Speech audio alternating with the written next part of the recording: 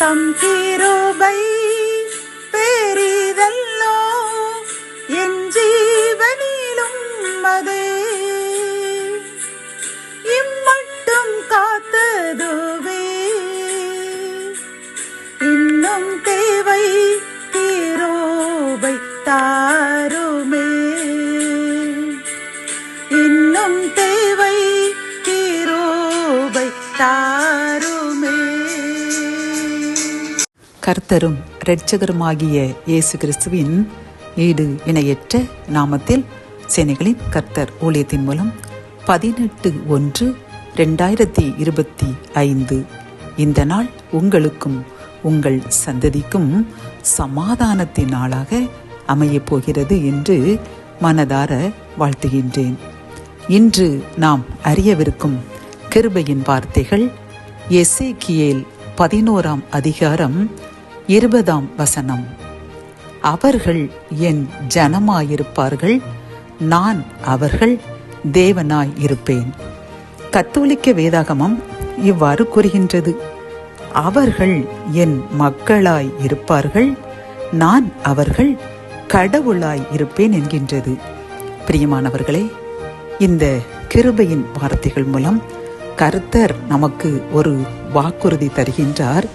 என்னவென்றால், நாம் அவர்கள் ஜனமாய் இருப்போமாம், அவர் என்றென்றைக்கும் நம் தேவனாய் இருப்பேன் என்று வாக்கு கொடுக்கின்றார்.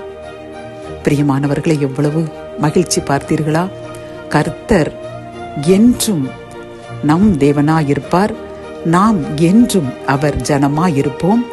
இது இன்று மட்டுமல்ல, 1000 தலைமுறைக்கும் புதிய வானம் புதிய பூமி வந்து நாம் பிதாவாகிய கர்த்தரை முகமுகமாய் தரிசிக்கும் வரைக்கும் இந்த வாக்குத்தத்தம் நமக்கும் நம் சந்ததிக்கும் கர்த்தர் அளித்து என்றும் அவருடன் நாம் இருப்பதையும் நம்முடன் அவர் இருப்பதையும் நம்முடன் உள்ள இன ஜன பந்துக்கள் மற்றும் அனைவர்களும் அறியும்படி செய்ய போகின்றேன் என்று வாக்கு கொடுக்கின்றார். பிரியமானவர்களே, ஆகவே நீங்கள் கலங்கி நின்றீர்கள் அல்லவா?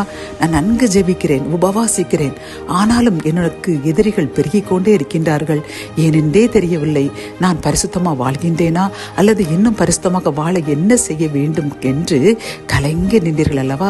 கர்த்தர் கூறுகின்றார், கலங்காதே என் மகனே, என் மகளே, நீ இன்னும் அதிகமாக என் கட்டளையின்படி நடந்து என் நியாயங்களை கை கொண்டு அவைகளின்படி செய்ய இன்னும் உன் இதயத்தை நீ ஸ்திரப்படுத்த, நானும் உன் இதயத்தை என் கட்டளைகளையும் என் கற்பனைகளையும் கீழ்ப்படிந்து நடக்கின்ற அளவிற்கு கல்லான உன் இதயத்தை எடுத்து சதையான என் இதயத்தை உனக்கு தந்து உன்னை பரிசுத்தமாக்கப் போகின்றேன்.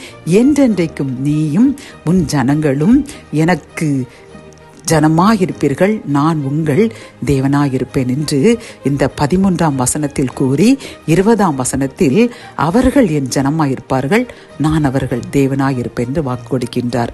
ஆகவே இன்று இருந்து கவலையை எடுத்து விடுங்கள். எத்தனை எதிரிகள் நம்மை சுற்றிலும் வந்தாலும் அதை நாம் கண்டுகொள்ள வேண்டாம். அவர்கள் அழிந்து நொறுங்கி போவார்கள். அவர்கள் இருந்த இடமே தெரியாத அளவிற்கு போய்விடுவார்கள். பிரியமானவர்களே, காரணம் கர்த்தர் நம் தேவன், நாம் அவர்கள் ஜனங்கள். ஆகவே கவலையை விடுங்கள். இன்னும் அதிகமாக எப்படி இறைவனை பிரியப்படுத்துவது, எப்படி இன்னும் அதிகமாக ஜெபிப்பது, இன்னும் அதிகமாக தியானிப்பது என்று அவர் மேல் மட்டுமே நோக்கமாயிருந்து அவரை மட்டுமே கண்ணோக்கி அவரை மட்டுமே நம் அடைக்கலமாக வைத்துக் கொள்வோம். இந்த வாக்குத்தத்தம் இன்றிலிருந்து நமக்கும் நம் சந்ததிக்கும் பலிக்கப் போகின்றது. ஜெபம். என் அன்பு தகப்பனே, கலங்கி நின்ற எங்களுக்கு அவர்கள் என் ஜனமாயிருப்பார்கள், நான் அவர்கள் தேவனாயிருப்பேன்.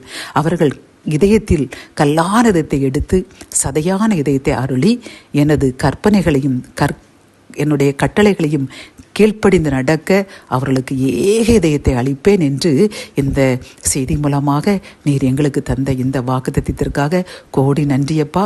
என்னுடன் சேர்ந்து யார் யாரெல்லாம் கலங்கி நின்று எதிரிகள் பெருகியிருக்கிறார்களே, என்ன செய்வேன் என்று கலங்கி நின்ற சகோதரனுக்கும் சகோதரிக்கும் நீர் தந்த இந்த ஆறுதலான வார்த்தைக்கு நன்றியப்பா. இதை கேட்டு கொண்டிருக்கின்ற நாங்கள் இன்னும் அதிகமாக உமக்கு பிரியமாய் நடக்க முயற்சி செய்வோம். அதன் மூலம் இந்த வாக்குத்தத்தத்தை 1000 தலைமுறைக்கும் எங்களுக்கும் எங்கள் சந்ததிக்கும் தந்து எங்களுடன் இருப்பதை நீர் நிரூபிக்கப் போகின்ற கிருபைக்காக கோடி நன்றி. மீட்பர் இயேசுவின் மூலம் ஜெபம் கேளும் நல்ல தகப்பனே, ஆமேன்.